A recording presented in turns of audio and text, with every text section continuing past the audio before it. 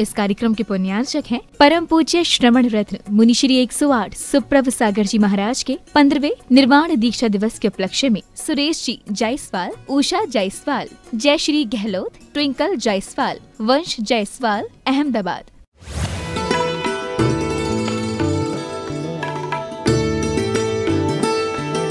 अंतिम तीर्थ वर्धमान स्वामी के शासन में हमसे विराजते और उनकी यह पावन पीयूष देशना हम सभी के लिए परम उपकारी।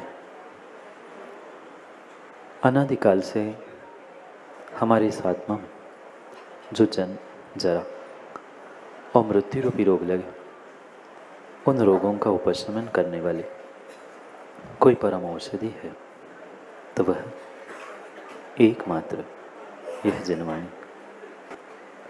भव्यात्मा, एक इंसान अपने जीवन के बारे में चाहे किसी अवस्था में हो पर सोचता अवश्य है। चाहे वह प्रौढ़ वृद्ध भी क्यों ना हो गया हो, पर वह सोचता है कि मेरा जीवन बदल जाए, मैं अपने आप को बदल दूं, ये परिस्थिति बदल जाए। आज का इंसान जितना सोचता है शायद उतना करता नहीं। बहुत बहुत बहुत अधिक सोचता है और जितना जितना सोचता है शायद उसके 5-10% भी जीवन में नहीं उतार पाता। इसका मतलब ये नहीं है कि आप बिना सोचे समझे कुछ करें। सोचना भी ज़रूरी था, पर मात्र सोचने से कभी पेट नहीं भरता। भरा थाली सामने रख लेना और सोच लेना कि ये भोजन मेरा पेट भर जाए, मिठाई से पेट भर जाए, नमकीन से पेट भर जाए। सोचने से पेट कभी भरता नहीं। पेट भरने के लिए बुद्धिपूर्वक हमें एक ग्रास उठाकर मुख में रखना पड़ता है। भोजन की ही नहीं अपितु प्रत्येक कार्य की यही स्थिति है कि जब तक व्यक्ति पुरुष अपने जीवन के लिए पुरुषार्थ नहीं करेंगे तब तक उनका जीवन बदलने वाला नहीं। और जीवन को बदलने के लिए, जीवन को स्टार्ट और स्मार्ट करने के लिए ही हम कुछ दिनों से पुरुषार्थरत थे। हमारा ये दुर्लभ मनुष्य पर्याय का जीवन मात्र और मात्र तभी स्टार्ट हो सकता है, स्मार्ट हो सकता है, जब कभी मेरे जीवन में कुछ विवेक जागृत हो। और विवेक को जागृत करने के बाद ही व्यक्ति अपनी स्वयं की जिम्मेदारी को समझ सकता है। आप लोग जानते हैं अपनी जिम्मेदारी? आप लोग गोदा जी अपनी जिम्मेदारी जानते हैं? शायद नहीं जानते। माँ, आप लोग अपनी अपनी जिम्मेदारियाँ जानते हो? जैसे किसी 15-20 साल के किसी युवा किशोर उस बालक का पिता अचानक से शांत हो जाए, फिर उससे पूछना, बेटा जिम्मेदारी क्या होती है? जब तक माँ है, पिता है, घर है, परिवार है, तब तक उसे जिम्मेदारी का एहसास नहीं था। पर जैसे ही पिताजी चले जाते हैं, गुजर जाते हैं, उसे एहसास होता है कि नहीं, घर की जिम्मेदारी अब मेरी है। घर में भाई है, बहन है, माँ है, उन सबको संभालना, पालना, पोसना, पैसे कमाना, सबकी जिम्मेदारी मेरी है। कब समझ में आया? कब समझ में आया? जब जिम्मेदारी माथे आती है तभी समझ में आता है कि जिम्मेदारी होती क्या है। ऐसे कभी श्रावकों आपने अपनी श्रावक अवस्था की जिम्मेदारी समझी? कभी उस जिम्मेदारी को समझते हुए हम अपने जीवन में विवेक को प्राप्त करते हुए कुछ बदलाव लाने का पुरुषार्थ कर पाए? मात्र सोचने से जिम्मेदारी आपकी पूर्ण होने वाली नहीं है। वह युवा मात्र प्रतिदिन सोचता रहे, अब घर का क्या करूं, कैसे व्यापार चलाऊं, कैसे पैसे कमाऊं। सोचने से कभी जिम्मेदारियां पूर्ण नहीं होती। जिम्मेदारी को विवेक पूर्वक आपको अपने कंधों पर लेना होगा और तब जाकर उस जिम्मेदारियों को आप कुछ अंशों में पूर्ण कर सकते हो। ये मात्र जीवन का ही नहीं अपितु धर्म का भी यही रहस्य है कि धर्म की भी जिम्मेदारी मात्र आज साधुओं पर निर्ग्रंथों पर नहीं अपितु 50% जिम्मेदारी श्रावकों पर है। अगर श्रावक अपनी जिम्मेदारी समझ ले और साधु भी अपनी जिम्मेदारी समझे तो आज जितनी विडंबनाएं जितनी विपरीतताएं दिख रही है शायद कहीं हमें इन विडंबनाओं को और विपरीतताओं को देखना ही ना मिले। चाहे कर्नाटक की घटना हो, चाहे अन्यत्र कहीं भी दिखने आने वाली ये दुर्घटनाएं क्यों ना हो, मात्र और मात्र आज व्यक्ति अपनी जिम्मेदारियों से चूक रहा है, अपनी जिम्मेदारियों को अपने कर्तव्यों को भूल रहा है। इसी कारण से ये विपरीतता और विडंबनाएं दिख रही है। नहीं है घर में विपरीतताएं? क्या अनिल जी समाज में देश में विपरीतताएं नहीं दिख रही? मात्र हर इंसान अगर अपनी स्वयं की जिम्मेदारी, एक बालक, एक महिला, एक वृद्ध, एक प्रौढ़, एक युवा अपनी अपनी अवस्था में अपनी अपनी जिम्मेदारी समझ ले, घर की, परिवार की और धर्म की, तो कभी ये विडंबनाएं आज समाज में देखने को ही नहीं मिलेगी। ऐसे कभी बुजुर्गों आपने अपनी धर्म की धरोहर आने वाली पीढ़ी के हाथ में देने का प्रयास किया? नहीं किया, बिल्कुल नहीं किया, बिल्कुल नहीं किया। धर्म की भी ये धरोहर है। ये धर्म की, धर्मात्माओं की जो जायदाद हमें हमारे पूर्वजों ने दी है, उन्होंने जैसे आपके हाथ में सौंपी थी, आपको भी अपनी जिम्मेदारियों को समझते हुए आने वाली पीढ़ियों को इन जिम्मेदारियों को सौंपना होगा। क्यों नहीं सौंप पा रहे? माँ क्यों नहीं सौंप पा रहे हैं तिजोरी की चाबी बहू को? क्योंकि भीतर बैठी है वह मान कसाय, अभी चाबी दे दूंगे तो मुझे कौन पूछेगा। चाहे धर्म की व्यवस्था हो, परिवार की व्यवस्था हो, समाज की व्यवस्था हो, कहीं की व्यवस्था हो, सर्वत्र सर्वत्र मात्र जिम्मेदारी के बारे में सोचना विचारना और जीवन में उस जिम्मेदारी को उतारना आज बहुत आवश्यक है। जितना ही घर परिवार में, समाज में, धर्म में, आयतनों में विसंवाद दिख रहा है, लड़ाई झगड़े दिख रहे हैं, व्यक्ति अधिकारों के लिए तो लड़ रहा है पर अपने कर्तव्य, अपने जिम्मेदारियों को प्राप्त नहीं कर पा रहा है। कभी अर्थशास्त्र में अजय शास्त्री आपने पढ़ा? स्कूल में शायद अर्थशास्त्र विषय होगा, नहीं था? अर्थशास्त्र विषय में आपने एक चैप्टर पढ़ा होगा, हमारे ज़माने में तो था। अब आप लोगों को कितना याद है, कितना आप लोगों ने पढ़ा है, आप ही जानो। पर अधिकार और कर्तव्य कुछ ऐसा एक चैप्टर था क्या? मतलब कुछ तो पढ़े हैं आप लोग। अधिकार और कर्तव्य, अधिकार उन्हीं को प्राप्त हो सकता है जो अपने कर्तव्यों के लिए जीता है। जिसको कर्तव्यों का ही बोध नहीं, वो कितना ही अधिकारों को लड़ ले, उसे अधिकार मिलने वाला नहीं है। एक इंसान, एक पिता भी बेटे को अधिकार देने से पहले सोचता है, बेटा पहले तू कुछ महीने दुकान चला के, घर परिवार चला के दिखा, अपने कर्तव्यों का पालन करके देख, फिर मैं तुम्हें अधिकार दे दूं। आज सर्वत्र व्यक्ति अधिकारों के लिए लड़ रहा है, पर कभी अपने कर्तव्यों का, अपनी जिम्मेदारियों का उसे एहसास है? नहीं है।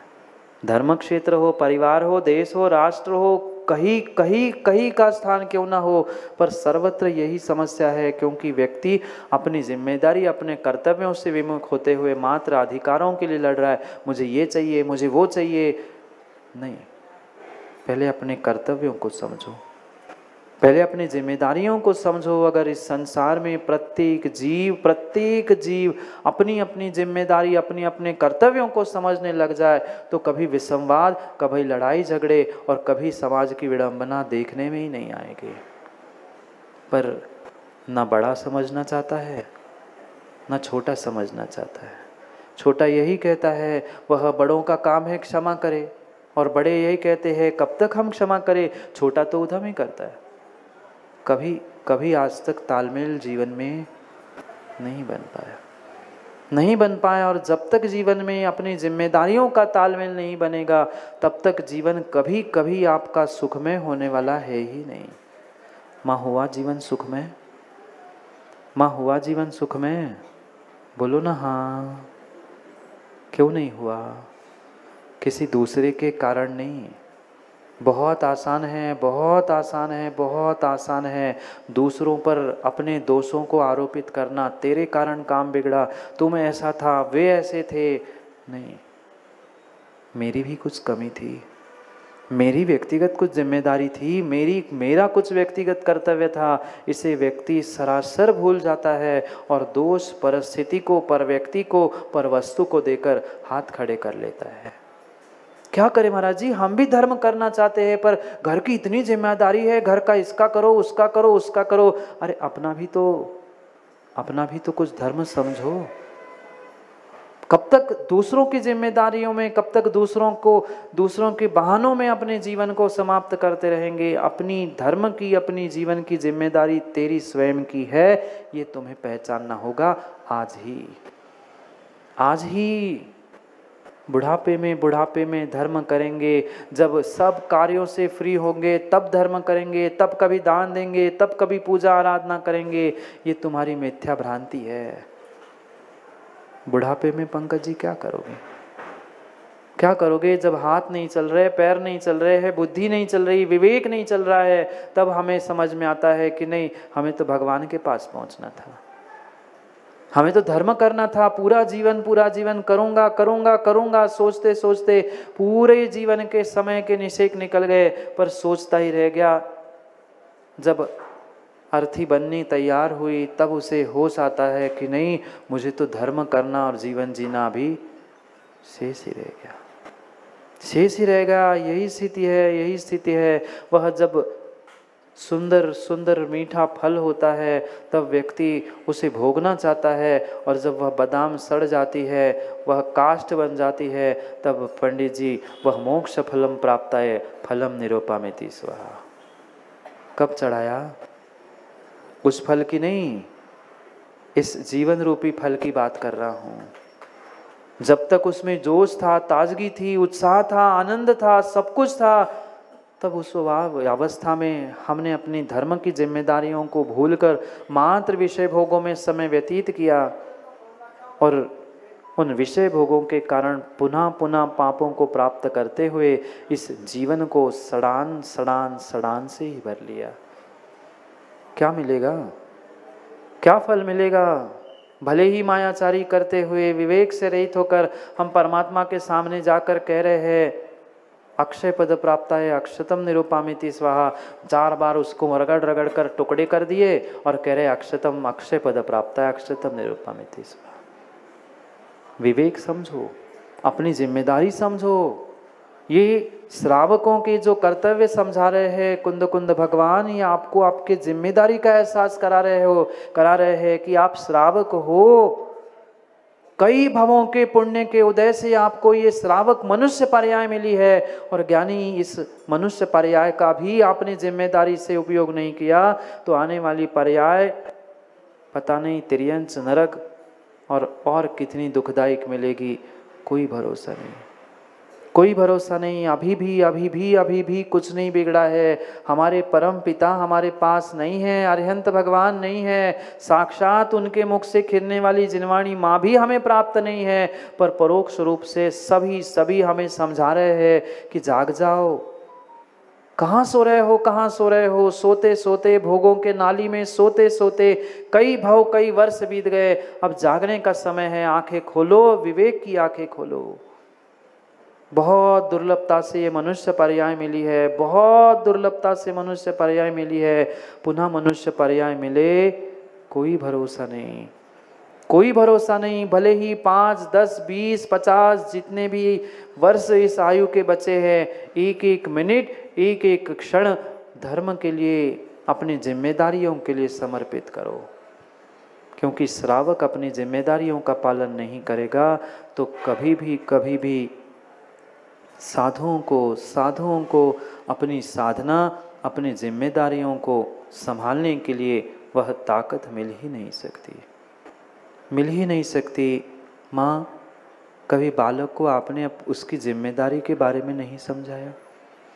एक पिता भी होता है, जैसे ही वह बालक अपनी युवा अवस्था तक पहुंचता है, 20, 22, 25 साल तक, वह डायरेक्ट इनडायरेक्ट कहीं ना कहीं पिताजी उसको अपनी जिम्मेदारी समझाते ही समझाते हैं। नहीं समझाई? समझाते हैं।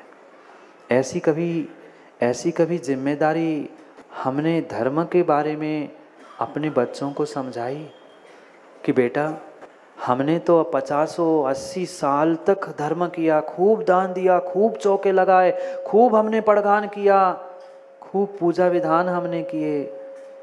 मेरे जाने के बाद बेटा, मेरे जाने के बाद भी तू ऐसा कार्य करते रहना। ऐसे कितने लोगों ने शिक्षा दी।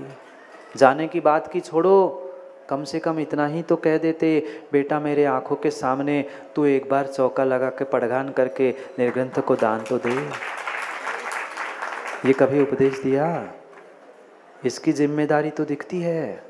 धन दौलत अपनी वसीयत, उसकी तो जिम्मेदारी दिखती है, पर जो वसीयत तुम्हारे नाम पर तीर्थंकर भगवान करके गए हैं श्रावकों, ये तुम्हारी वसीयत है, यही तुम्हारी प्रॉपर्टी है। सबसे बड़ी यही तुम्हारी प्रॉपर्टी है कि तुम श्रावक बने हो और निर्ग्रंथों को दान दे पा रहे हो, निर्ग्रंथों की सेवा कर रहे हो, निर्ग्रंथों की वैयावृत्ति कर पा रहे हो। ये तुम्हारी वसीयत है, ये तुम्हारी वसीयत है। ये धन, ये दौलत, ये पैसा, ये प्रॉपर्टी आज है, कल कब मिट जाएगी कोई ठिकाना नहीं, कोई ठिकाना नहीं। वो धरोहर काम में आने वाली नहीं है, ये धरोहर काम में आने वाली है, जो प्रतिदिन हम रहनसार ग्रंथराज के माध्यम से समझ रहे हैं।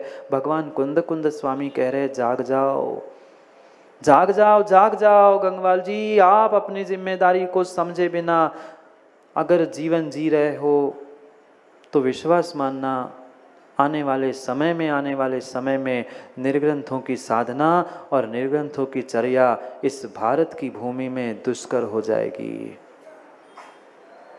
नहीं खोज पाओगे, नहीं मिल पाएंगे आपको कोई भावलिंगी। और भावलिंगी क्या गोदा जी, द्रव्यलिंगी भी मिलना मुश्किल है। अगर आपने निर्णय कर लिया कि हम तो धन दौलत पैसा इसमें उलझे रहेंगे, हमें साधु की सेवा से, उनके दान आदि से कोई मतलब नहीं। यह आपका कर्तव्य था, साधु की वैयावृत्ति करना, साधु को दान देना, यह आपका कर्तव्य था। वह अधिकारों के लिए तो श्रावक को लड़ रहे हो, मुझे आशीर्वाद क्यों नहीं मिला, मुझे मान सम्मान क्यों नहीं मिला, मुझे ये क्यों नहीं मिला। पर कभी सौधर्म जी ये विचार किया कि जिस प्रकार से श्रावक बनकर मैं वैयावृत्ति कर सकता हूँ, एक मनुष्य बनकर वैयावृत्ति कर सकता हूँ, ज्ञानियों किसी दूसरी पर्याय में तुम ऐसी वैयावृत्ति कर ही नहीं सकते। वैयावृत्ति के मायने माताओं मात्र हाथ पैर गला सर, मतलब गला नहीं, वो तो बीच में आ गया वो भी दबाने छोड़ते नहीं है लोग पंडित जी, वो धीरे से टटोल लेते हैं, दबा नहीं पाते, कितना साइज देख लेते, कभी दबाने पड़ जाए तो। किसने दबाया, किसने गले घोटे हैं साधुओं के? घटनाओं को देखो ना, मात्र और मात्र आपकी कमजोरी और मात्र अपनी जिम्मेदारी से विमुख होने के कारण ये विपरीतताएं दिख रही है। उस काल का तो फिर भी समझ में आता।